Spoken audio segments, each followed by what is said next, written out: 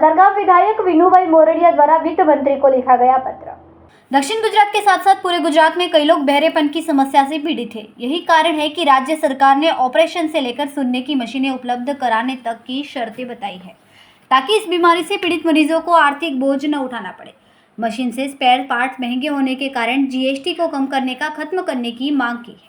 वर्तमान में कॉन्क्लियर इम्प्लांट के मरीजों के लिए processor, battery, charger, cable, coil जैसे स्पेयर पार्ट पर 18% जीएसटी लगाया जाता है।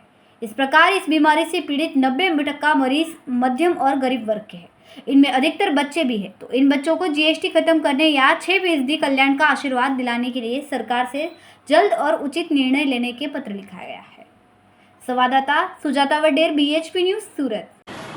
माननीय कनुभाई देसाई नाણામંત્રી શ્રી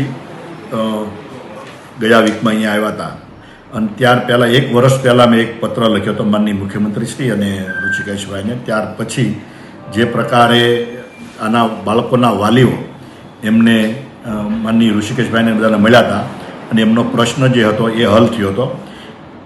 ત્યારબાદ ફરીથી પાછા એ વાલીઓ મારી પાસે આવ્યા અને એમનું કહેવાનું એવું હતું કે જે કોક્લિયર પ્લાન્ટ એટલે કે કાનમાં સાંભળવાનું મશીન જે બાળકો માટે એ બાળકોને જ્યારે મેન્ટેનન્સ આવે એની વોરંટી પૂરી થાય 3 વર્ષ પછી ત્યારે એના જે સ્પાર્ટ હોય, બેટરી, કેબલ, ચાર્જ, આ બધા જ પ્લાન્ટો ઉપર 18% જેટલો જીએસટી છે। જો એમાંથી રાહત કરવામાં આવે, કારણ કે આ બાળકો માટે છે ને, અને ખાસ ગણીએ તો એમાં મોટા ભાગના ગરીબ બાળકો હોય છે અને ગુજરાતભરના બાળકો માટેનો આ પ્રશ્ન છે અને એ મારા ધ્યાને આવતા મને એમની રજૂઆત યોગ્ય લાગી।